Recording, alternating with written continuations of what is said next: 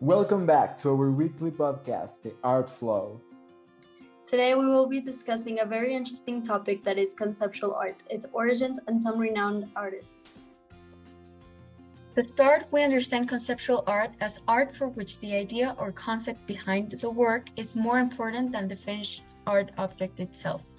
It means that it is mainly focused on ideas and purposes rather than the works of art. It is a direct critique to the previous modernist movements, and its full focus on aesthetics rather than meaning. One of the most representative figures of this movement is Marcel Duchamp, who began presenting objects as though they were artworks. It is also important to mention that conceptual art hasn't always been well received by the public. Yeah, take for example the infamous fountain sculpture by Marcel Duchamp, or the Mona Lisa postcard with a beard and a mustache.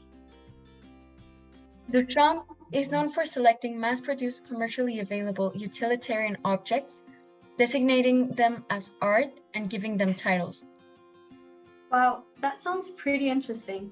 I believe also that many of Duchamp's work were classified as anti-art, meaning that it challenges the existing, accepted definitions of art. What do you think? I believe that the term anti-art is very important to art as a whole despite the criticism towards it. Yeah, it is widely argued that the appearance of artists like Duchamp paved the way for other artworks like Andy Warhol's soup cans, who together advocated for timeless humanist principles of free thought and unrestricted creativity. Yes. Additionally, I believe that an important aspect of conceptual art is that usually you hear people say, well, anybody could have done this.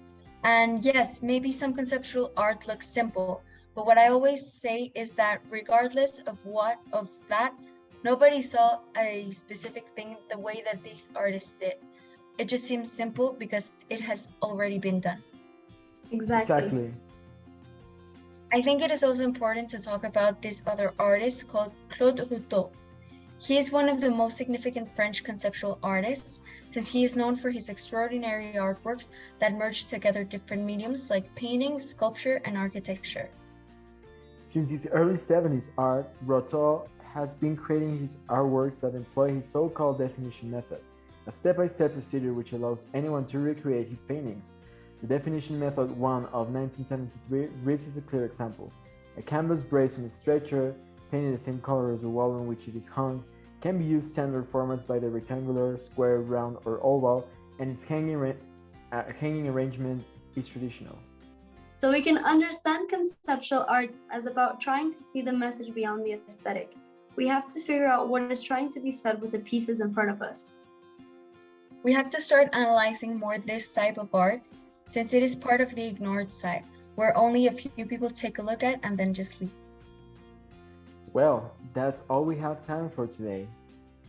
Thank you, and see you next week for another episode of Art Flow. Bye!